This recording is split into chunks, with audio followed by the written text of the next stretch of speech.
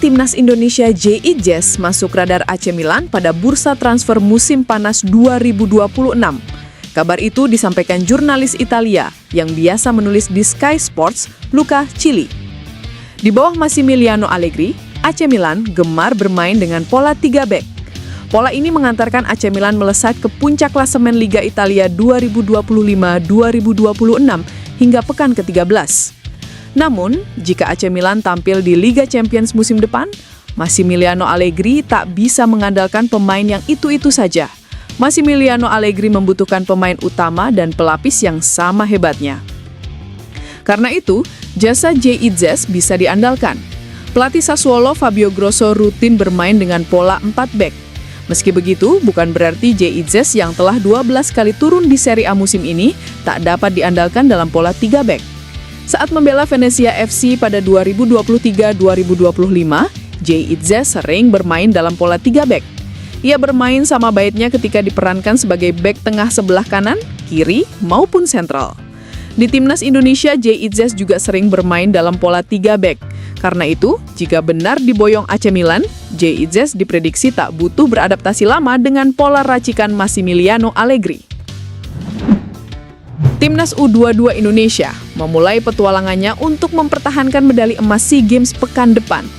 Semula, Indonesia akan memainkan laga pertama mereka pada pekan ini, Jumat 5 Desember 2025 melawan Singapura.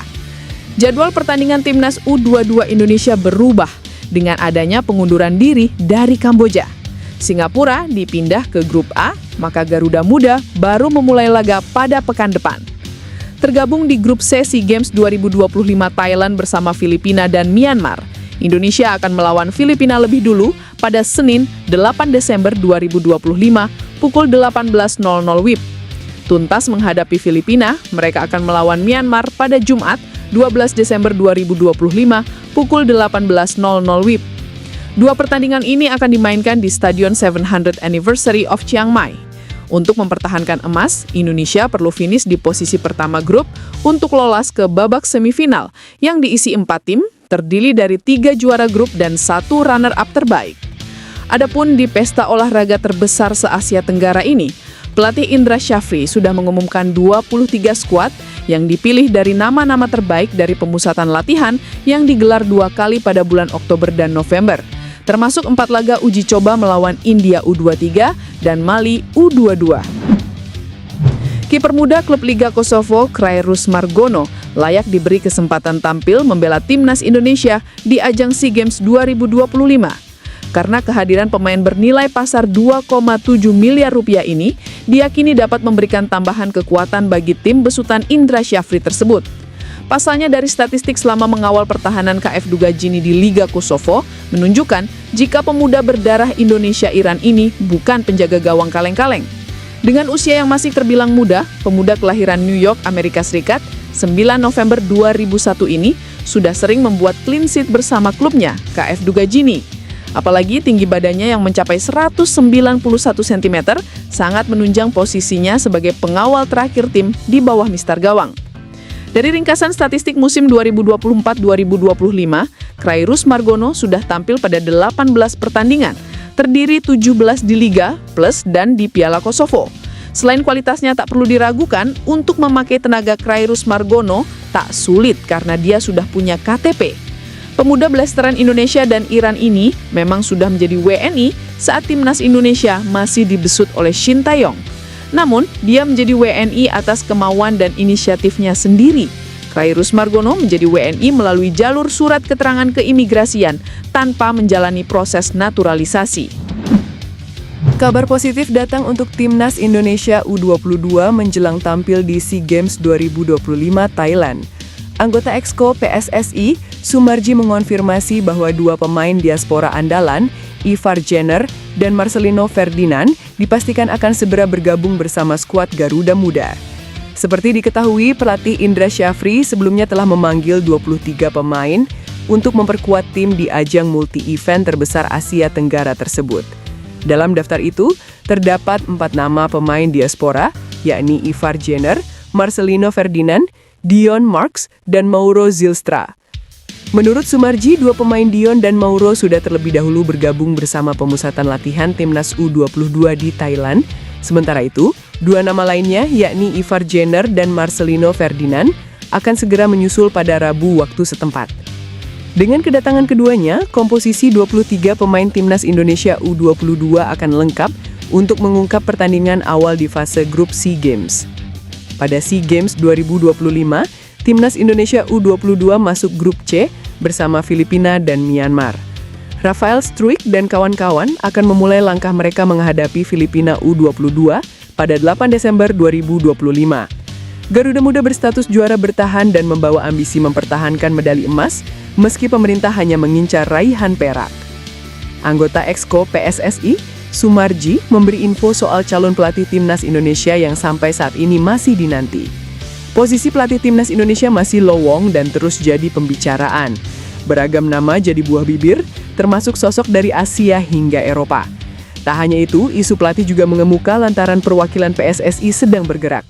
Direktur Teknik Alexander Zuirs dan dua anggota Exco diutus untuk mewawancarai calon pelatih.